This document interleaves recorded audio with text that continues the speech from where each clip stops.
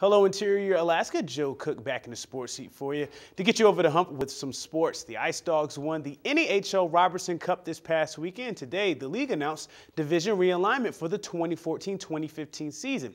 Most notably, the Wenatchee Wild will move from the Midwest to join the South Division. The South will be the largest in the NA with 8 teams. Amarillo, Topeka, Corpus Christi, Lone Star, Odessa, Rio Grande, Wichita Falls, and now Wenatchee will make up the South. The Port Huron Fighting Falcons will move to Connellsville, Pennsylvania, and will become the Keystone Ice Miners in the North Division. The Midwest Division will be Fairbanks, Minnesota Wilderness, and the Magicians, and the Kenai River Brown Bears and Coulee Region Chill. For the full breakdown of the divisions, go to the link on the webcenter11.com story. Now, head coach Trevor Stewart will be back for a 4th season as the Fairbanks bench boss.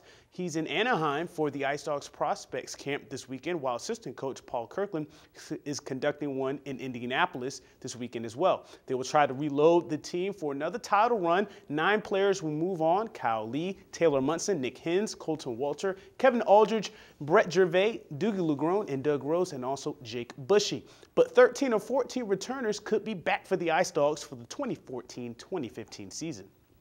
Now we highlight the smallest high school track team in the interior. A duo from F.E. Cochran Charter School are making heads turn at track meets. Here's more. Usually at high school track meets, teams have a number of athletes representing their schools. Well, in the 1-2-3A division, F.E. Cochran's first track and field team is only 2 guys. Seniors Calvin Ambrose and Dejor Reed are the F.E. Cochran Warriors track and field team. Both transferred from Lathrop as juniors. Ambrose was the catalyst to start this team, which he hopes will continue after graduation. I really enjoy the sport. It's great to get out here and run and compete. And I wanted to represent F.E. too, because I was talking to the principal, Linda Evans, about it, and she said that they had never had a track team before, and I saw it as a great opportunity to start something up that could be, followed up on by the younger kids that are coming through. Ambrose has been the lone F.E. athlete for most of the season, but he convinced Reed to partner with him after a meet. The pair get some interesting reactions during competitions. They just say that's it, and ask us if we go to Eielson or something like that. They don't know what team we are with or anything. They're surprised that there's only 2 people from F.E. running track. Ambrose competes in the high, triple, and long jumps and runs the 100 and 200. He is ranked first in 1-2-3A in the triple jump, and he placed higher than Valdez and Hutch in the first track meet of the year by himself. Reed also runs the 100 and 200, but his specialty is the long jump. He's been 3rd twice this season. The former Malamutes have been able to practice with Lathrop this year. Head coach Jeff Hebert welcomed them with no problem. And they, came to us and wanted to know if our coaching staff would be willing to work with them, and we said sure, absolutely. We always want to create opportunities for kids to participate in track and field, and they've been very successful this year. They've been working hard. The coaches here are pretty great. They don't have me doing busy work. They're doing stuff that's going to really help me progress as an athlete. And some talk of starting a cross-country team next year for F.E. Cochran, but these 2 Warriors hope to start what could be the beginnings of a successful track and field program for F.E. Cochran. They will travel to Sioux Valley for the 1-2-3A regional meet this weekend. We want to place as high as we can, show a name for F.E. for the only 2 people that are there. And good luck to the F.E. Cochran kids. Now, a big matchup last night at Arco Field in high school baseball. Lathrop and West Valley, it was a close game throughout, players making plays at the plate. It was tied 2-2 until the bottom of the 6th, where Evan Wilkin, he hits a 2-run double.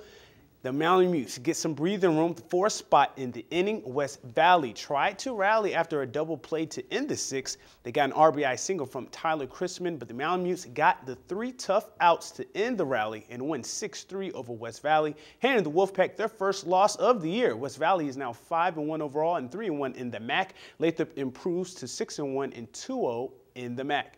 And a close game at the South Davis Fields between the Malamutes and Wolfpack. Lathrop was up 4-1 in the 4th, but West Valley got 2 runs to pull within 1 to end the inning. Cheyenne Hendry was a perfect 3 for 3 with 2 RBIs for the Wolfpack, but Lathrop closed out on defense. Selena Maxwell was key in getting the last 2 outs for Lathrop. She went 2 for 3 with an RBI. She even got dirty to get those outs. Casey Duffield allowed 7 hits, but struck out 10, and Lathrop holds on for a 4-3 win over West Valley. Lathrop is 7-3 and 4-0 in the Rail Belt, and West Valley drops to 2-2 in conference and 7-2 overall. In high school boys soccer last night as well at Aldridge Field, the Hutchinson Hawks rolled against Monroe. They led 5-0 at the half. Monroe got some offense in the second half, but Hutch wins this one 8-2. Garrett Nickel and Spencer Johnston both scored twice for the Hawks. Garrett Garrett scored both goals for Monroe in the loss.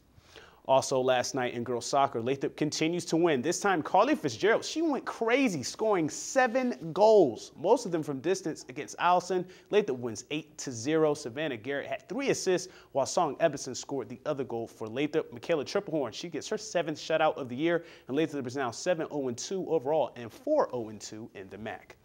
And that'll do it for sports tonight. Mike Schultz is next with your full weather forecast, and we'll catch you next time.